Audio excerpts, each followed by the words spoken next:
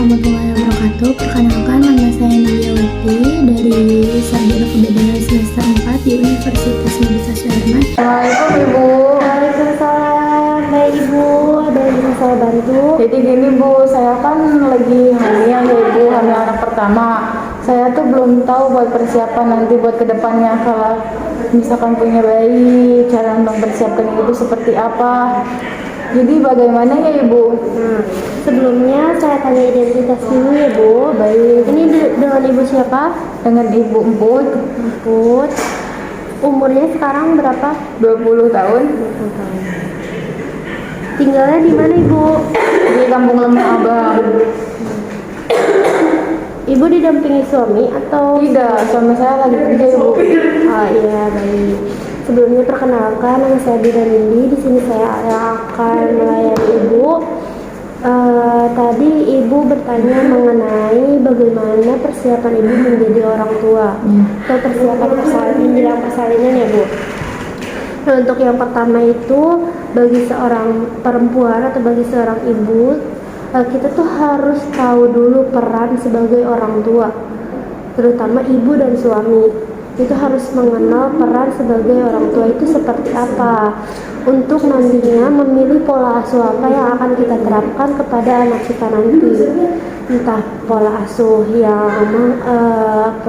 yang sangat menyayangi anaknya, kemudian pola asuh yang bisa membuat anak itu mandiri seperti itu. Kemudian yang kedua, ibu bisa menguatkan ikatan batin antara suami dan istri. Selanjutnya bisa menjaga kondisi mental dengan baik, kemudian membuat plan kehidupan.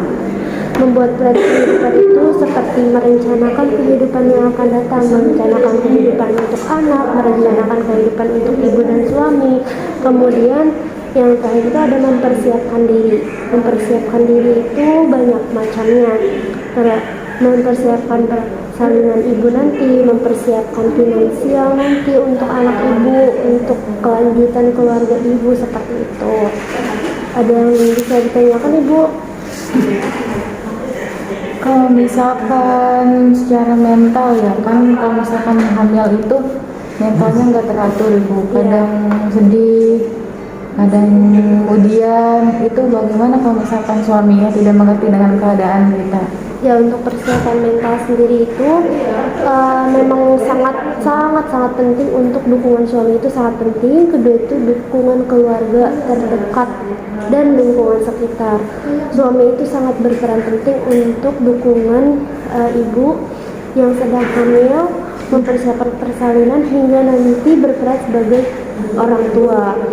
Ya, ibu dan suami harus saling support, harus saling memahami, harus saling menyatukan ikatan batin, sering ngobrol berdua, kemudian sering cerita terbuka. Pokoknya kalau ada masalah dibicarakan dengan baik-baik seperti itu Ibu. Untuk nanti dukungan keluarga juga, keluarga harus saling support, mendukung, misalnya mertua. Ya, mertua juga harus ikut support, ibu juga harus saling support gitu, seperti itu. Sangat penting itu Ibu untuk dukungan suami Ibu, terutamanya. Kemudian membuat plan kehidupan. Membuat plan kehidupan itu sangat penting ya Bu, karena plan kehidupan sendiri itu tuh seperti ibu akan merencanakan kehidupan ibu selanjutnya bersama suami. Jadi ada gambaran untuk masa depan, tidak hanya sekedar jalani saja gitu. Kemudian untuk mempersiapkan diri. Mempersiapkan diri ini juga berkaitan dengan kedekatan ibu dengan suami.